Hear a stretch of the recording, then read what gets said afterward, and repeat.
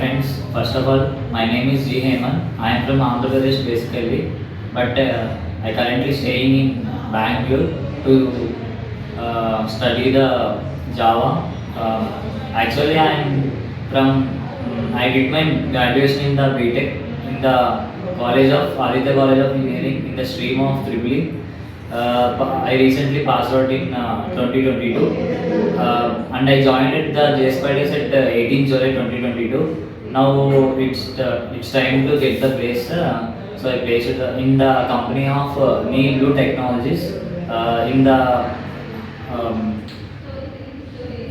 actually my role is to support role.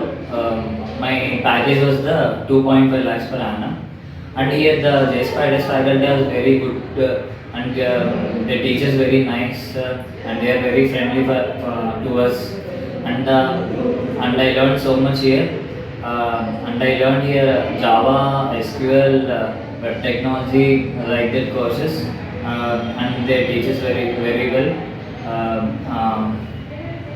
Okay,